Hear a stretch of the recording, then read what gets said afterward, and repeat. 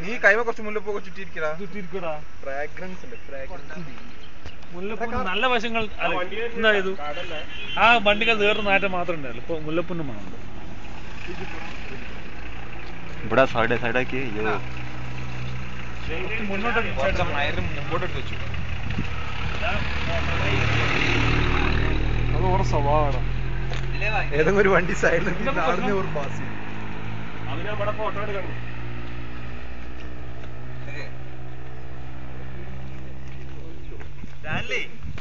നിന്റെ ബൈനോക്കുലർ എടുക്കാനടാ നമുക്ക് ഇവിടുന്ന് ആ വീടിന്റെ ബാത്റൂം ഒക്കെ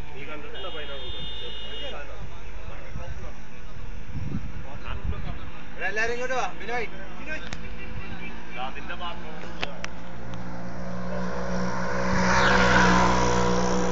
ബിനോയ് ഗോവ ഗോവ ഗോവ കാണുന്നില്ല